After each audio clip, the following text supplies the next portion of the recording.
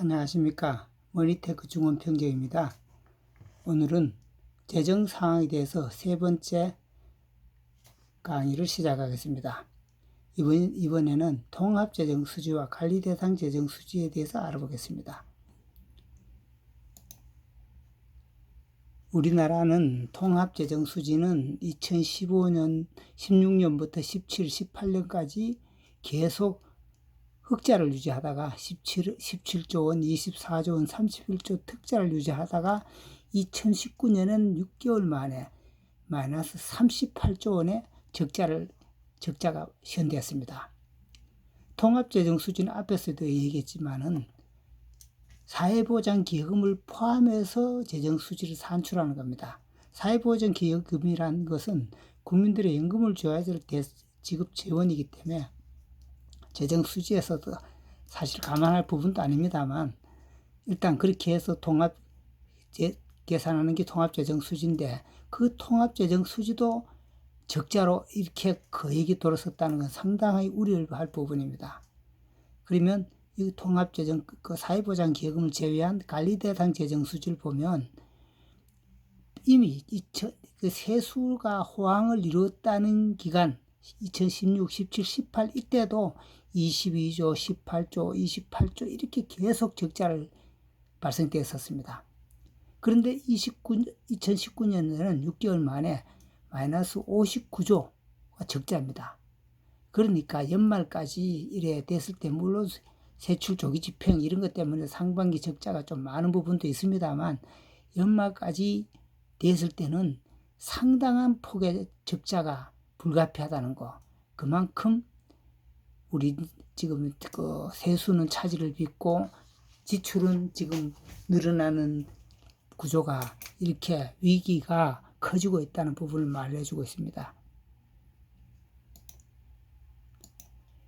그러면 이번에는 국가 채무가 얼마나 발생됐는지를 살펴보겠습니다. 앞에서 봤지만은 재정 수지가 적자가 누적된다면 그 결과는 당연히 국가 채무로 쌓일 수밖에 없습니다. 국가 채무는 2015년도 591조, 16년도 626조, 17, 18 그래서 2019년도 지금 현 6월 달에는 732조로 지금 폭증했습니다.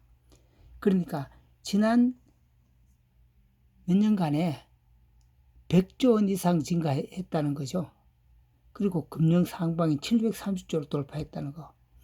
상당히 우려할 대목입니다. 그러면서 국채 발행액도 600조를 달합니다. 그러니까 지금까지 세수 호황이 몇 년 동안 이루어졌음에도 재정 지출은 폭증하고 국가 채무가 급증했다는 겁니다.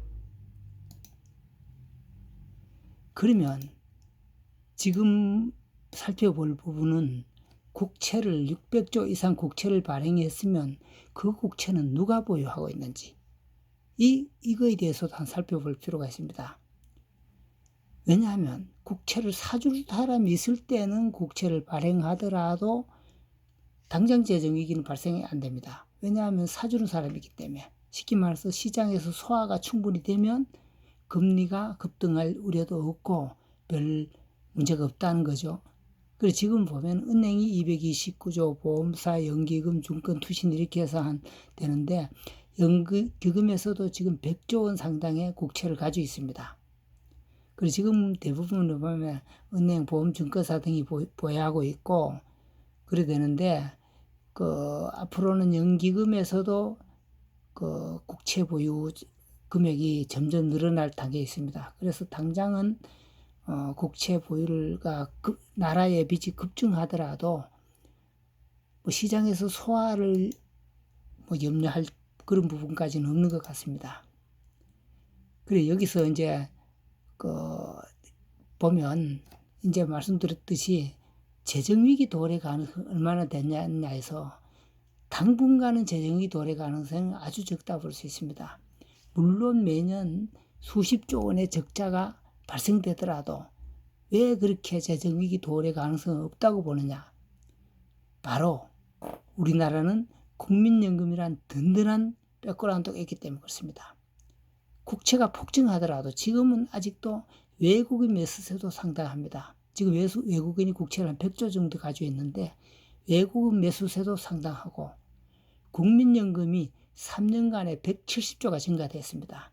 이 중에서 일부만 국채를 사더라도 국채는 소화는 엄청나게 매수 효과가 있기 때문에 그 부분은 사실 소화는 별 문제가 없다고 보는 겁니다.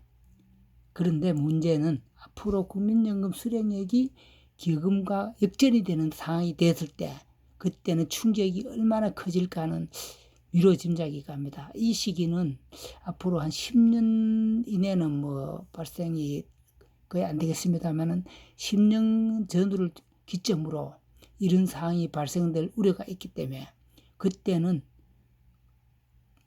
국민연금뿐이 아니라 우리나라 재정운용 전반에 대해서 상당한 위기가 도래될 수도 있는 시점입니다.